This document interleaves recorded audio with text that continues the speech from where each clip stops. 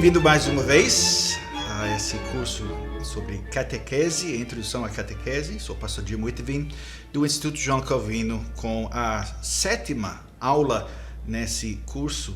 E mais uma vez estamos falando sobre a história da catequese, e realmente continuando da aula da última aula sobre o trabalho do Sínodo de Dort quanto à catequese.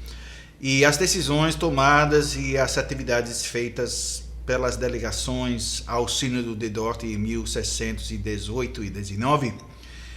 E nessa parte estou usando o trabalho de P.Y. de Jong, dos Estados Unidos, teólogo reformado, que fez um estudo sobre o Sínodo de Dort e catequese. E ele também fez uma avaliação do trabalho do sínodo. E por que é importante para nós?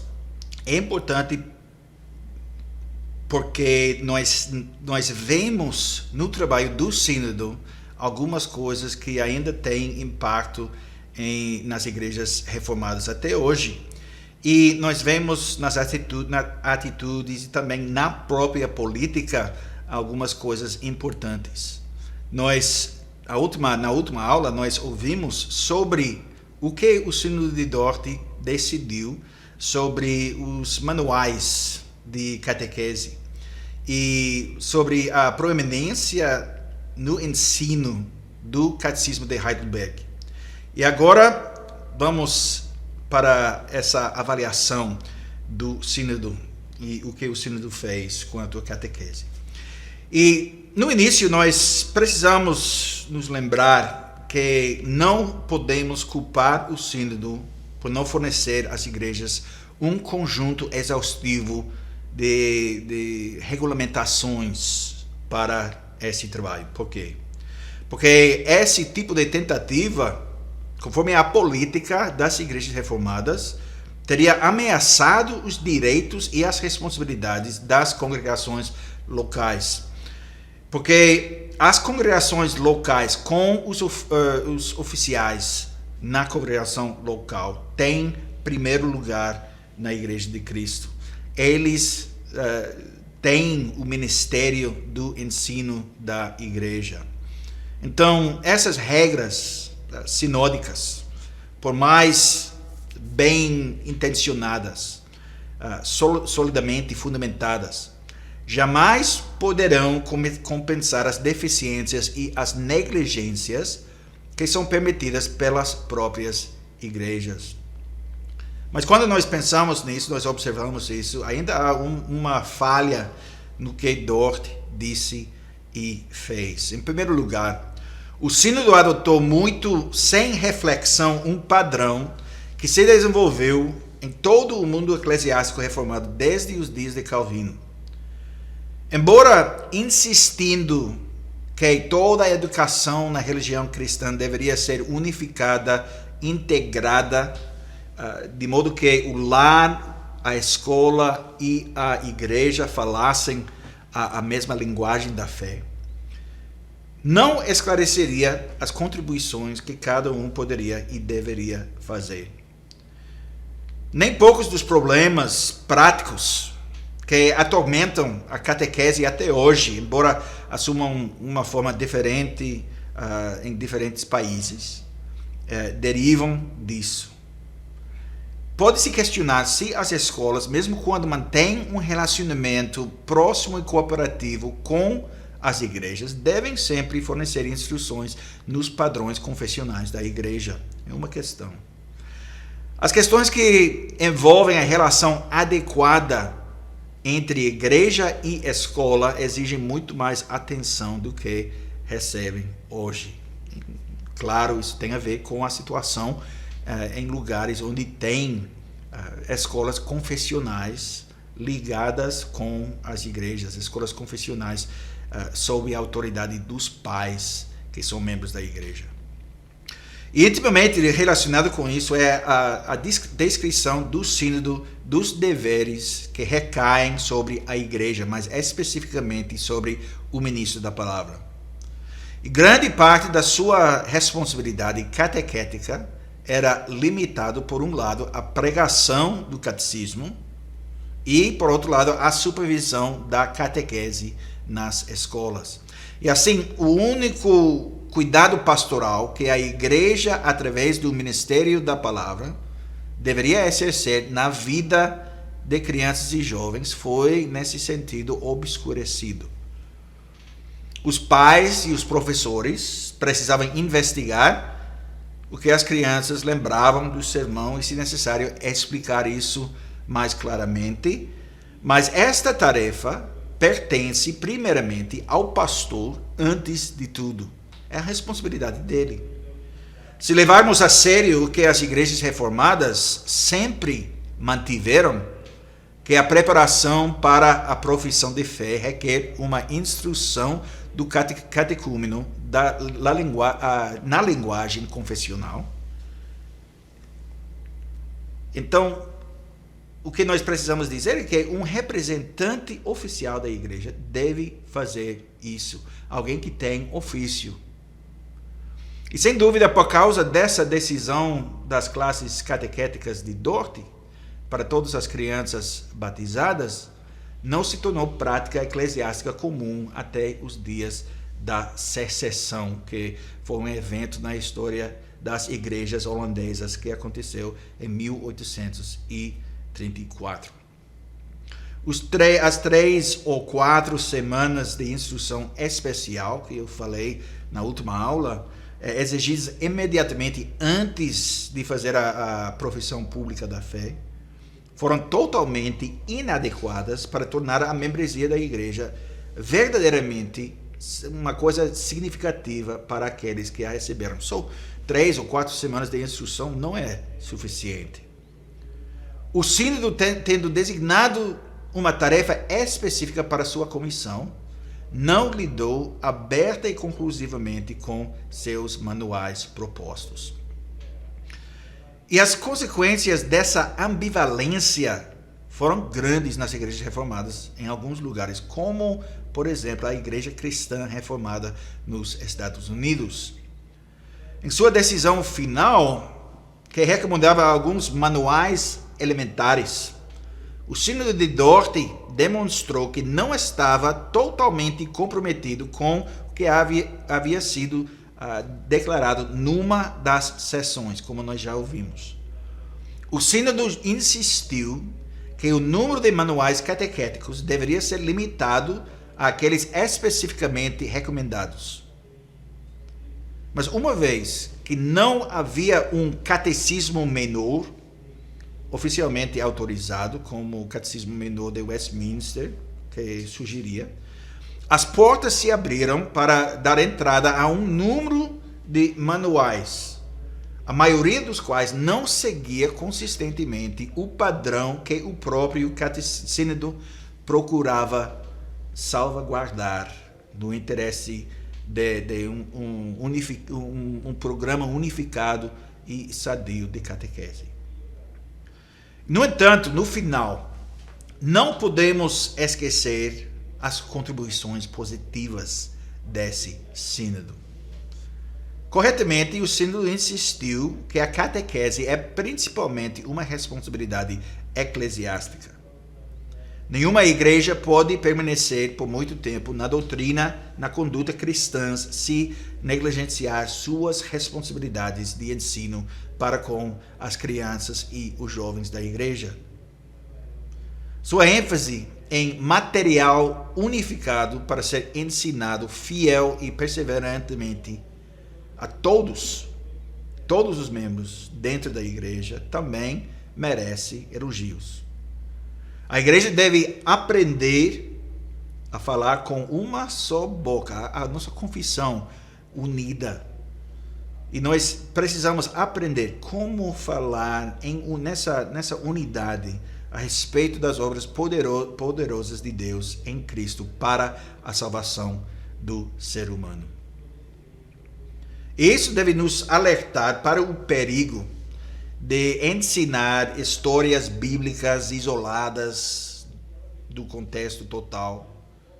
E o que acontece muitas vezes são esse ensino sem o contexto da revelação redentiva, progressiva de Deus para seu povo. Também o perigo de ensinar a doutrina cristã por meio de um método de texto-prova, que tão frequentemente ignora a unidade subjacente das Escrituras. Deve-se ressaltar que Dort advertiu aguda e fortemente contra uma abordagem puramente intelectualista da catequese, que é muito importante.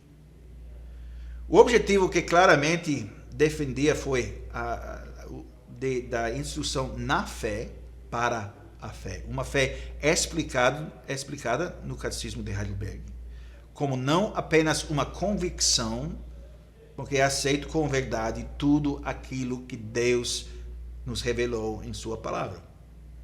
É também a firme certeza de que Deus garantiu, não só aos outros, como também a mim, perdão de pecados, justiça eterna e salvação, por pura graça e somente pelos méritos de Cristo.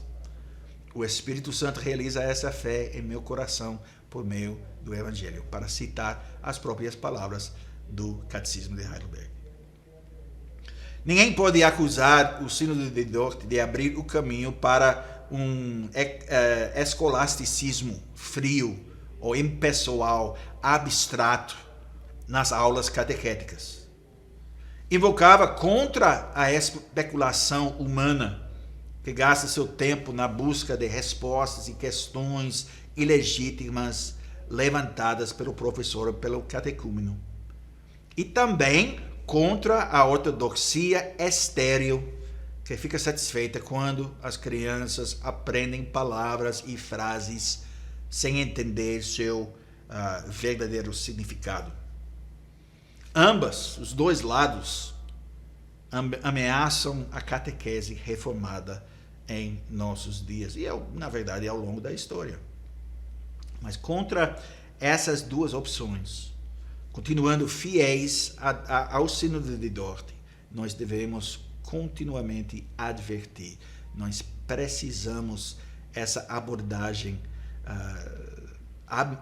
abrangente, realmente, lidando com o intelecto, lidando com a vida, lidando com o coração. Mas o desafio do Sínodo de Dort é mais profundo também. Pouco é mais negativo para a igreja do que o latitudinarismo doutrinário predominante no cristianismo atual. Essa atitude também tem um impacto nas igrejas reformadas. Em todas as áreas da aprendizagem, os homens exigem maior precisão. Podemos pensar em lógica, filosofia, economia, sociologia, psicologia, especialmente nas ciências físicas. Em matéria de ensino cristão, quase toda noção não é apenas tolerada, mas até mesmo defendida abertamente. O que é inadmissível no escritório e na fábrica, receber elogios nas igrejas como algo novo, estimulante, relevante. Esse fato deve nos alertar sobre até que ponto o irracionalismo, existencialismo, subjetivismo, em breve, o pensamento pós-moderno, em várias formas, estão prejudicando a igreja, que conforme as Escrituras é pilar e baluarte da verdade. A posição do Sínodo de Dort contra esse tipo de pensamento não foi inspirada por um provincianismo sem instrução. Entre os delegados estavam homens que estavam muito acima da maioria dos estudiosos europeus daquela época. Nós precisamos lembrar isso. Seus conhecimentos de grego, hebraico, de literatura sagrada e secular, de história, astronomia, direito, especialmente da teologia cristã, em todos os seus aspectos, foram melhores do que em qualquer outro lugar na época. e talvez na história. O historiador da igreja, Philip Schaff, ele não era defensor das decisões de Dort, mas é ele que presta esse tributo, esses elogios a Dort. Era uma assembleia imponente e quanto a aprendizado e piedade tão respeitável quanto qualquer outra assembleia que tenha ocorrido desde os dias dos apóstolos, nas palavras de Philip Schaff. E quando o sínodo de Dort fala sobre catequese, o sínodo enfatizou a doutrina que leva à piedade. A consolação espiritual do indivíduo, a unidade da igreja confessional e o louvor de Deus por sua rica graça em Cristo Jesus forçaram o sínodo a falar nessa maneira. A melhor expressão do evangelho foi necessária. Era para ser ensinada, aprendida. Nenhum assentimento intelectual a uma série de verdades proposicionais, mas uma resposta de fé vibrante, inteligente, de coração. É o que o sínodo procurava cultivar na vida de jovens e idosos. E na história das igrejas reformadas, por um século e mais, esse esforço de Dort deu frutos ricos. Mas, sempre há um mais, mas ao mesmo tempo, mais ou menos 50 anos após o sínodo foi convocado, a situação nas igrejas de Holanda já começou a piorar. É triste, mas é verdade. A prosperidade econômica capturou os corações e as vidas dos membros da igreja. Embora muitos tenham advertido contra o mundanismo que ameaçava a igreja, a maioria dos ministros, bem como os membros, não levaram a sério os profetas da condenação. Os homens que estavam falando e avisando contra essa deformação. O próximo século e meio provou que suas palavras eram verdadeiras demais. O que os homens queriam e conseguiam era uma religião razoável nessa época, que tinha muito a ver com a forma de ensino dos remonstrantes. A respeitabilidade se tornou a principal marca da membresia da igreja. Ele é um homem respeitável. Então, ele é um bom membro da igreja. E durante todo esse período, a catequese continuou como uma tradição venerável, mas que não tinha muito impacto na vida dos membros da igreja. Então, aqui nós vemos na história um aviso para nós também. São as lições incontestáveis ensinadas pela história. A igreja hoje faz bem em ter cuidado, para que não se repita em sua negligência os pecados de omissão e comissão que condenariam aos olhos de Deus, mantendo uma forma de piedade, mas negando o poder dela. Essa corrupção é um perigo constante na vida da igreja, mas nós temos um remédio dado por Deus, o remédio de pregar fielmente e ensinar a palavra que torna os homens sábios para a salvação. Então, nós chegamos ao fim dessa aula e na próxima aula nós vamos falar em termos práticos. Nós estamos deixando a história por agora e vamos falar sobre a prática da catequese. Vamos falar sobre os desafios da catequese e o estilo do nosso ensinamento. Até a próxima vez.